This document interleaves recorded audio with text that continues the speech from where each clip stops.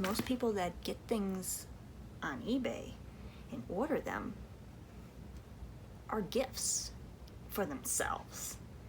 So when that person gets something in the mail, give them that gift experience.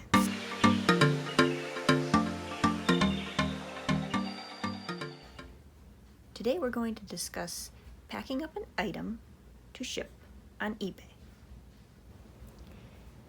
To get yourself into the mood of packing something up for eBay, I want you to think back to Christmas time. Maybe a particular Christmas that you got something really special. And keep that in mind when you pack up this item. Doesn't matter what the item is. It could be a coffee mug, a pot, a baseball glove, a shirt. It doesn't really matter what the person bought. It's all about the presentation. So think present. For those of you who are having a hard time envisioning this is a Christmas gift.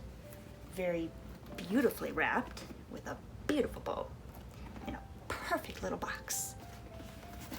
Now, I wonder what's in it. So we look, throw out the tissue paper, and you shouldn't have. See, it's not really what the item is. It doesn't really matter.